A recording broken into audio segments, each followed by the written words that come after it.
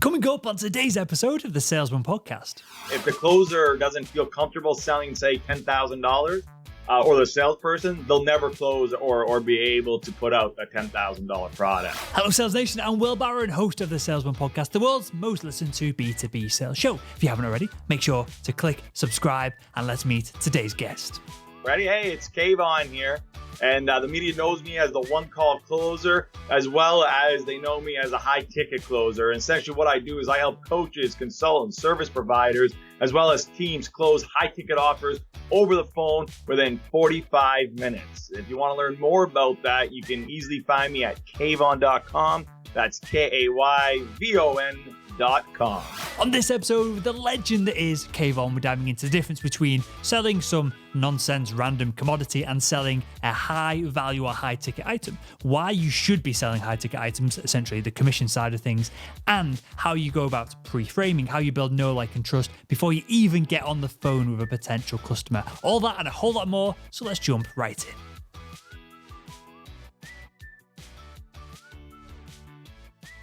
I want to talk about the difference between high ticket selling or selling high value products versus spamming people and selling random bullshit commodity products. And hopefully that'll be a differentiation throughout this episode. But with that, is there a price point? Is there a definition of what a high ticket product and then a high ticket kind of sale is?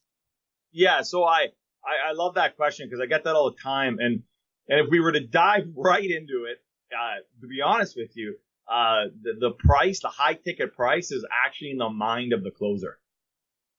That's the, if the closer doesn't feel comfortable selling, say, $10,000, or the salesperson, they'll never close or be able to put out a $10,000 product. Now, in my industry where we live more on the online, the coaches, the service providers, we do the informational kind of product.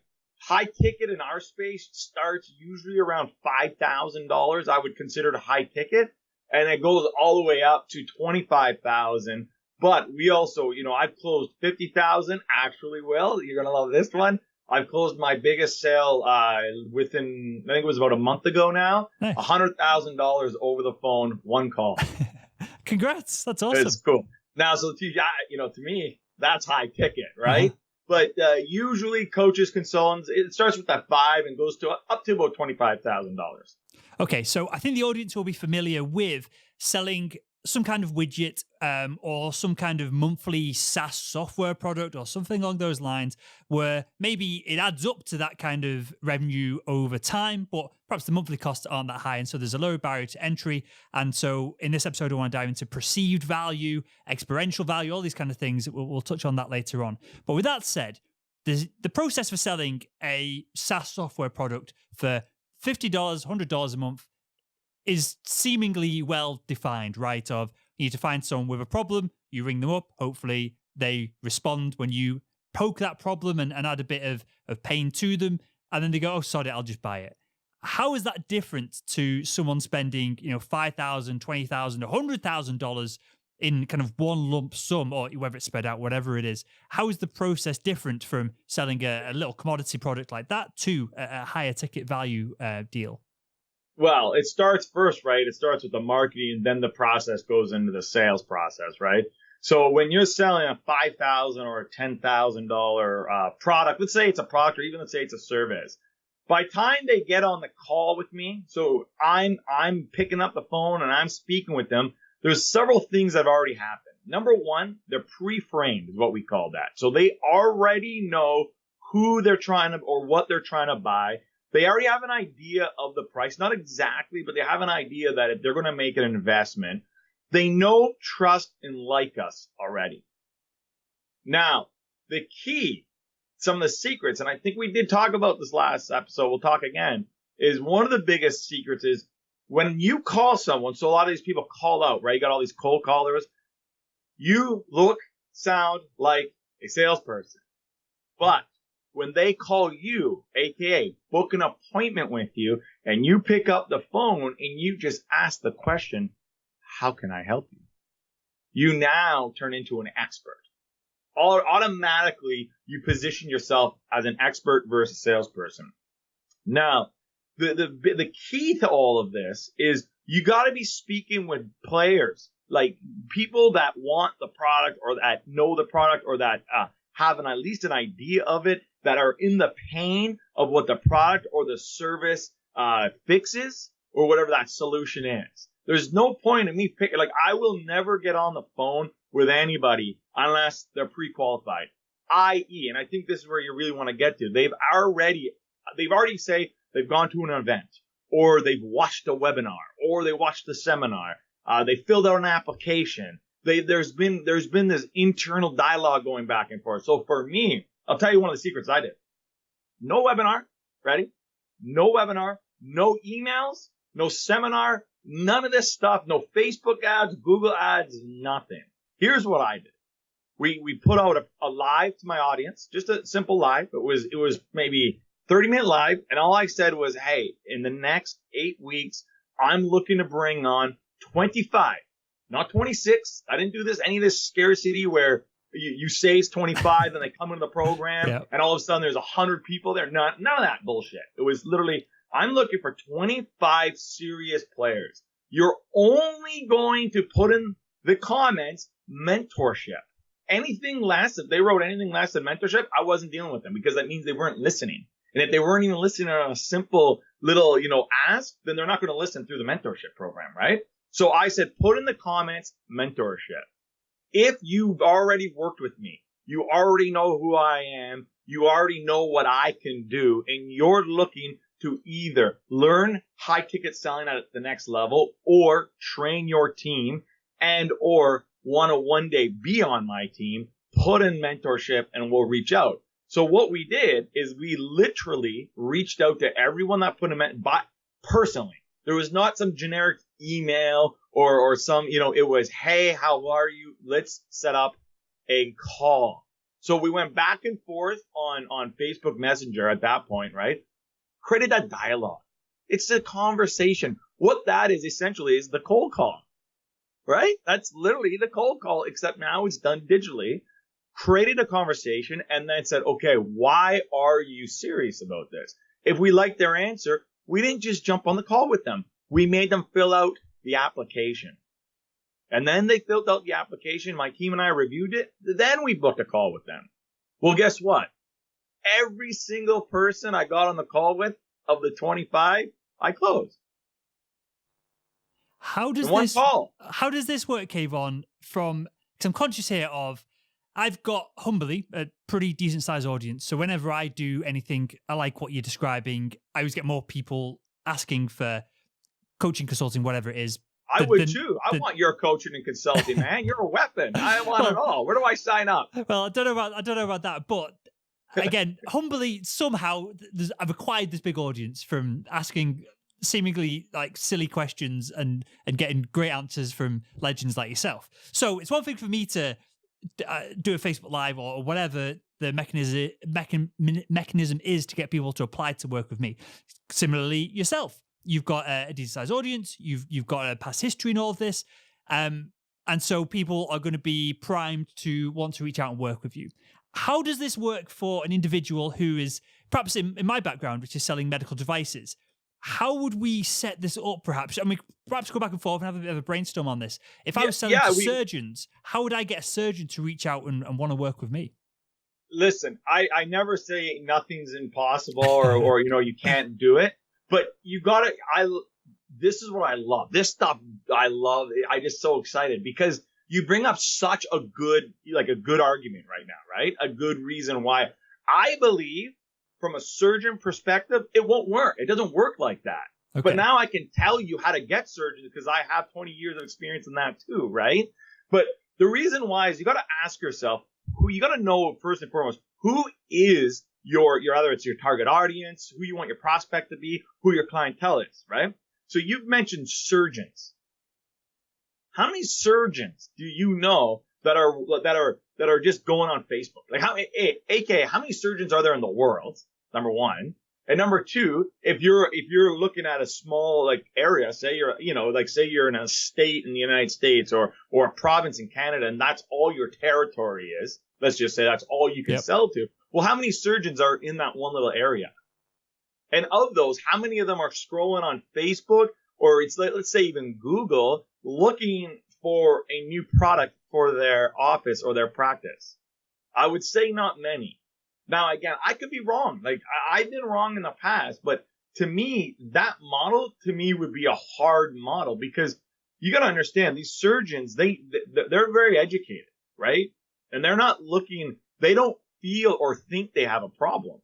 So you got to show them, or you got to create that relationship to show them why your medical device is better, or what it can do, or how it can save them. And I don't believe you can do that at a mass marketing level, let's just call that, through the typical, let's just say the traditional way that we do it, where it's, sign up for an email campaign, get a webinar leads to a call. I'm going to push you back on this, and I wanted you to. That's why I said it. I wanted you to. And I'm in favor of your strategy and cadence with this. In that, so last company I worked for, an organization called Karl Storz, one of the world's leading endoscopy companies, regularly had new products, right? I feel like, and maybe it's a 2-hour process that we won't go through in this episode because it might be too niche for the audience, so we'll kind of go down the rabbit hole and come back out of it. But I feel like if there's a new product launch, we could frame all of this up as, would you like to apply to be one of the first surgeons here in Yorkshire to use this product, fill in this form? I, as a product specialist, as opposed to a salesperson or consultant or whatever it is, will come in, teach you, show you how to use it. And that's your foot in the door and the relationship built. It might not lead to a phone call that closes $2 million worth of business on the back of it. But I feel like this, I'm really interested in this pre-framing and then framing up and perceived value of things. And I feel like it might not be Facebook ads. It might be physically going in and seeing people, but some kind of application process for someone to spend time with you immediately raises you above up all the other, bullshit salespeople out there, right? 100%. So I might have been misunderstanding the conversation. Not because now you're talking about different sales processes to qualify them better. Versus I thought you were talking about, how do we get them on the phone and close them in one call on the phone? You know what I mean? You're saying, how can we break through the barriers of them not knowing who we are, get them pre-framed, even pre-framed around what we're doing, of who we are, what we offer, so that when we do make the call or when we do go in the office, they go, oh, I know you.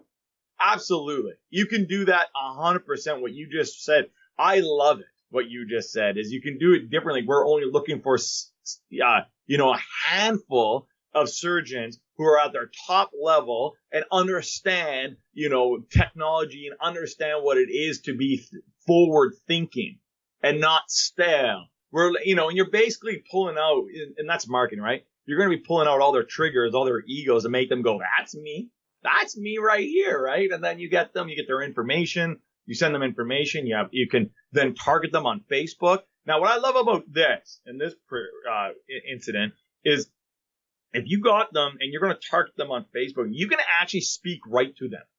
That's a great thing about Facebook.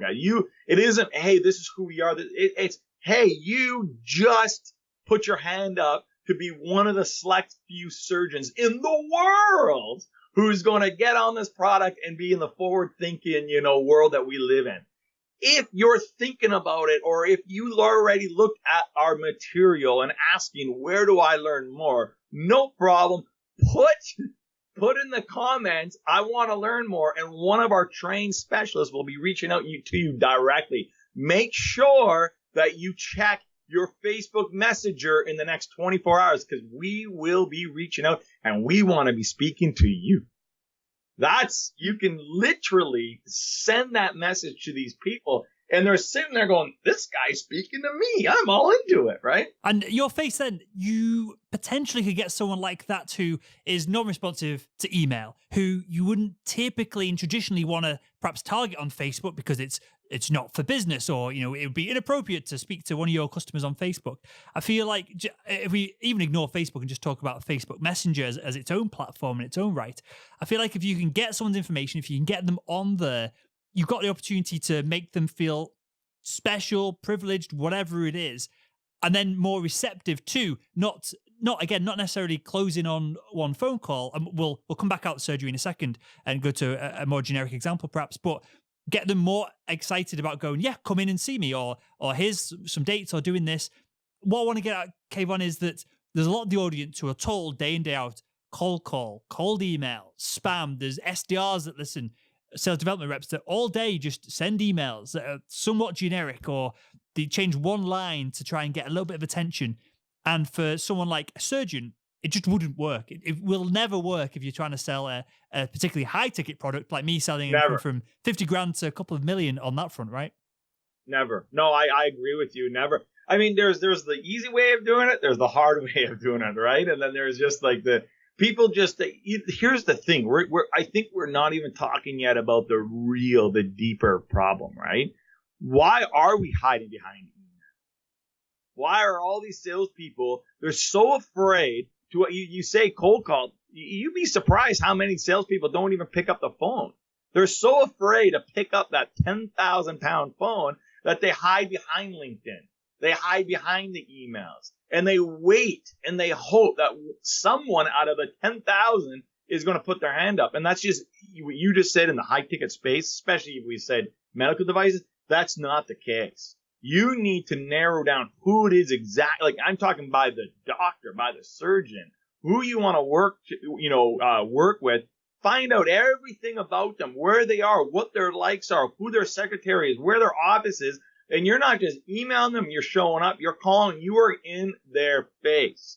And you don't stop. When they say not interested, you don't go, okay, maybe I'll call them in a year. No, you continue going and going and going. And I guarantee you, the ones that are persistent, 2 words, persistent and consistent.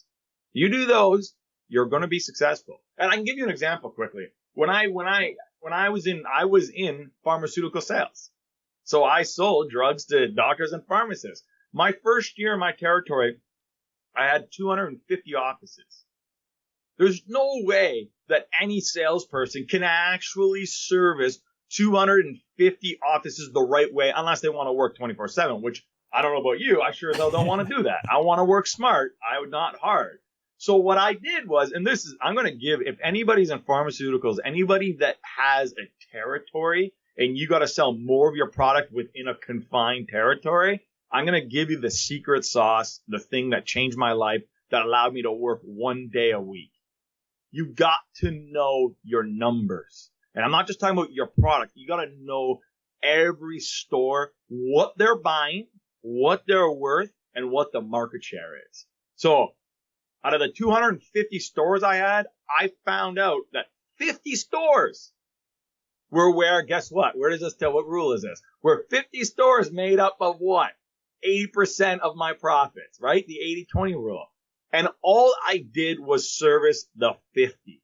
Anything outside of that, if I had time, if they came to me, was bonus. I figured a way to make my numbers in those top 50. And so in the first year, did I go asking for a sale? No. I just brought value. Every day I came in, I started creating connections. I started creating relationships. I started knowing everybody in the office. People bring, I don't know how it is wherever in the world, but where I live, Canada, North America, the whole idea is bring some coffees and donuts, yep. Right? Goes a long way. That's just such bullshit. Who eats donuts nowadays? Nobody. And everyone likes their lattes, different coffees and everything. You go bring a big bucket of just generic coffee. That's not special. Again, all I did was instead of going to the coffee shop, I went to the grocery store. And I went to the grocery store, and when I was going to see the pharmacists who tend to be more women, and I knew it was going to be 6-7 women, well, what did I bring? I brought fruit, vegetables, almonds.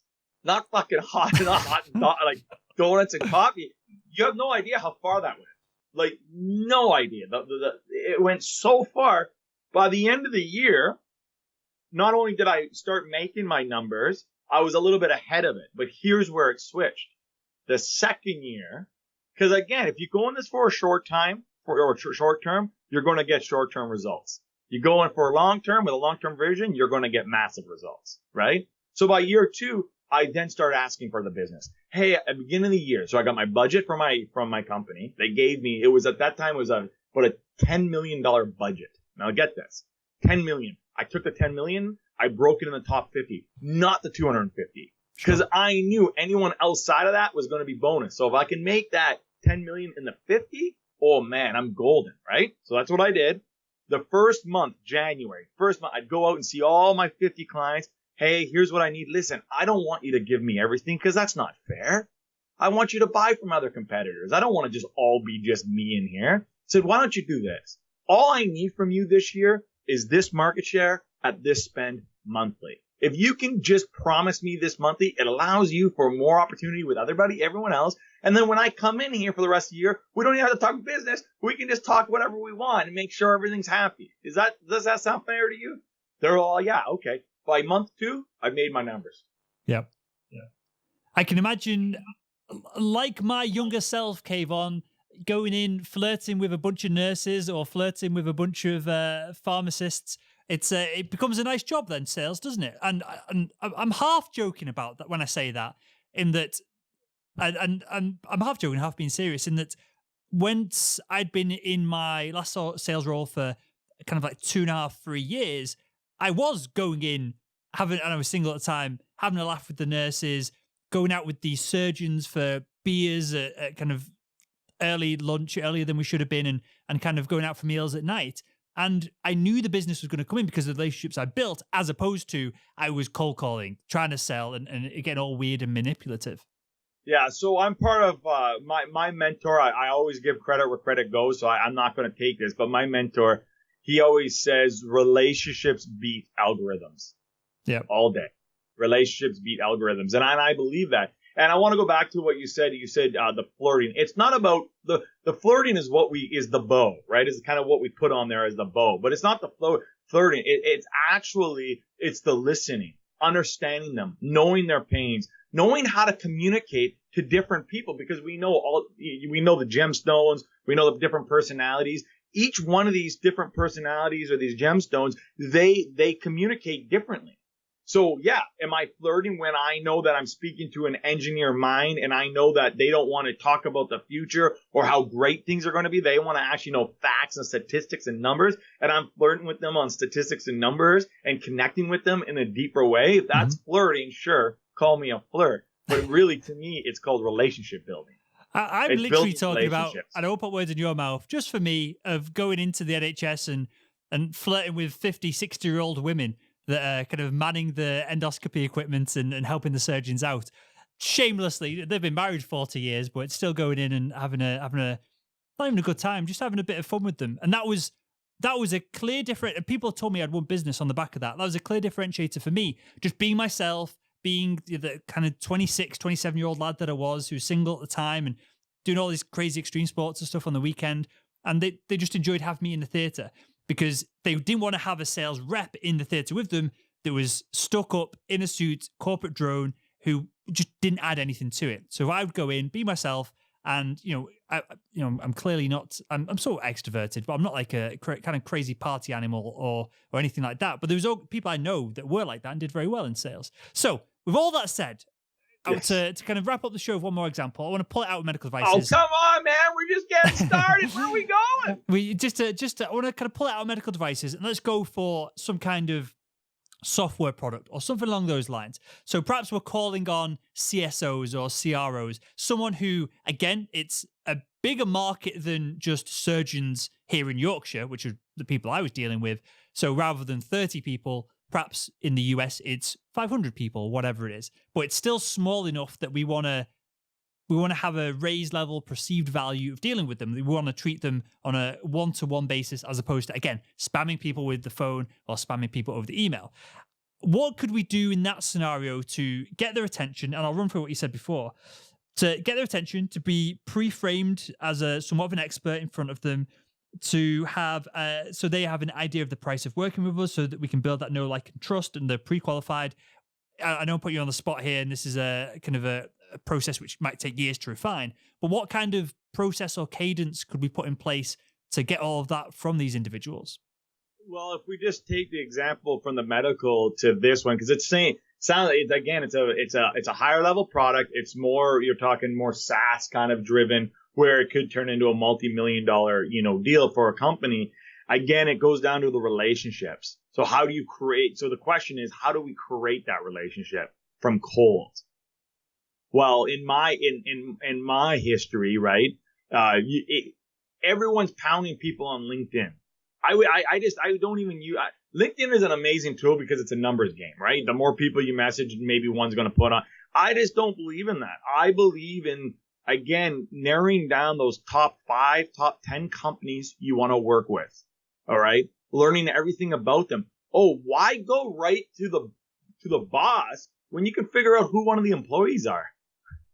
Get them to start talking about you. Right? Does it make sense? Makes People sense. don't think like this, right? Go to the employee. Don't go to the vice president. Maybe go to the manager. Maybe go to the sales reps. Maybe go to the marketing department. Maybe just go even to the finance department. Find someone in the company that knows who you need to be speaking to, instead of just picking up the phone that's cold, right? And trying to get them, because they're not. How many times do they get that call a day? So many. And can you get through that, Barry? 100%. I got many ways you can do that. But again, that's hard. Why make it hard for yourself when you can make it a little bit easier? So to me, is building the right relationships with the right people in that company, so you can start moving your way up, getting your name out there. Another one too, you see this all the time, is the free offer. Is, hey, I want you to test. Can you test my product? So I've done this, right, where I come in, listen, I don't want to use this whole thing, the whole program with your whole team, because I'm not going to ask you to move everything over for me. What happens if you don't like it? What happens if we don't like each other? What a nightmare that's going to be. And that's the last thing I want. But what I do want to do is I want to help you. And we don't know if we can help you unless we can see if the product's the right fit. So why don't we do this? Why don't you give me 2 of your best sales reps, or 2 of your best guys, and 2 of your worst guys? And why don't we give them free access for 2 months to my product or to my service? And I'm going to personally, or my team and I will personally train those guys on the product. And let's just see how they do. Let's see the results. But most importantly, I want to see the effectiveness and the efficiency they have in the next 2 months. And if they love it, you and I can sit down. If they don't, no harm, no foul. At least we brought your 2 best guys and your 2 worst guys together and created a little bit more synergy in the group. You wouldn't be open to that, would you? This is giving me food for thought personally. The audience will know that we're rebuilding the sales school. We touched on it before we clicked record. And it's going to be sold to the audience and sales leadership as well. And my thoughts was, if I could sell to a sales leader, it would trickle down to the company. But as you give that example, Kavon, I've got individuals listening to the show who, hopefully they don't think I'm a complete idiot if they're listening to the show regularly, who probably know, like, and trust me to a certain extent, who are more likely to try it than a sales leader. So if I could get some of the audience members to try it internally, and even better, get the sales leaders involved. And I don't know how you go about talking. I don't know about how you get framing up kind of best and worst individuals without making people feel good and bad in the organization. That was just one example, right? But you can just do it like a small sample. I think you're right. And without hurting people's feelings, or however it goes about it, it wouldn't be my responsibility to have that conversation. It'd be the sales manager. But if you could get the best and the worst, and you could show via data, via numbers of revenue, that even if the best don't get much better, but you raise up the people, the B players, the C players, that's probably a better way of framing it up. You raise them closer to the A players. That's tens of millions in new revenue for a relatively cheap investment into a product. So I love that idea. How would we, and we'll wrap up with this, pre-frame that up in the mind of a potential sales leader, a buyer, whoever it is. What I'm getting at is, how do we use content perhaps, or an application, or something on those lines, to make it seem less salesy and more consultative? Because awesome. I feel like I love it. So you're talking about positioning. You're not talking about, you're talking about how do we come across by saying this without saying, hey, we want to do this, so then we're going to bring people in and they're going to be amazing and we're going to make a lot of money and we're the best in the, no, we are a data research company who's created the next level software, and we're actually looking for the select few people who want to come through this program, not only test with us because the test has already been happening, but actually want to take this test and put it into the real world and 10, 20, 30 times their output or their productivity or their relationship, whatever that is. But the challenge we're having, we're not asking for the challenge we're having is finding the right people to come through this product, because we're not looking for everybody. We're looking for the right person, the right company. This is an exclusive program for exclusivity. So let me give you a quick one because I know we got to go, I and love I it. want to tell you. Okay, so my team right now is selling high end lead generation to law offices. So basically leads, right? Like cases to law offices. Now imagine I picked up the phone and said, "Hey, this is so and so from this office. Where we work with high end lead cases, and we're looking to see if you want to take on more leads in your business in the next 30 days." Like click, click, click. Well, watch what happens when we change the message to this. Hey, I don't know if this is the right office or not, but we're actually looking for the person in charge that can handle multiple cases each and every week. Who should I be speaking with? Oh, what? Multiple cases? Yeah. We work with several cases each and every week, and we're looking for the offices that can handle this type of volume. Different. Oh, boom. They send us right to the decision maker. Same thing. Hey, Mr. Decision Maker, I'm not sure if you're the right office or not, but we're looking for an office who can handle multiple cases each and every week. Do they have the systems, the tools, and the resources in place so that when we send you a case, you know exactly how to turn them into a paid client? They're now, what do we do? They're now selling me why they should hire me, like why I should pick them. And it's all about just positioning. But you've got to do it, or I'm watching time, but you've got to do it from a place of conviction, certainty, and clarity. Those are my 3 C's.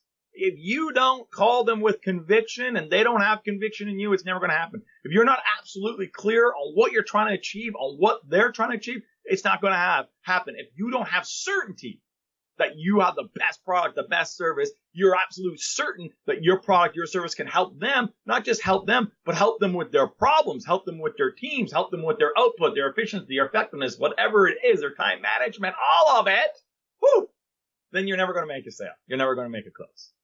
So we'll come on to your training in a second. We'll wrap up the show with that, Kavon. But just on this, are there any books or resources, anything you can recommend on positioning, on, I guess some of this is copywriting as well? Is there anything that you've learned from which would be useful for the audience? Yeah, so one, I'm sure many people have already talked about this, is one of the best sales books that teaches you not just the sales, but also the marketing is Chet Holmes, the ultimate sales machine. He does it. But that's a kind of a higher level book. Like for a beginner, it's probably not where you want to start because you got to have some experience and understand what's happening through the book.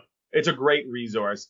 Other than that, I mean, anybody that's looking to try to start selling, like I see a lot of people, I want to do what you do, Kavon. I want to close high ticket offers over the phone. I want to close 20,000. And it's like, no. Don't ask me what I do.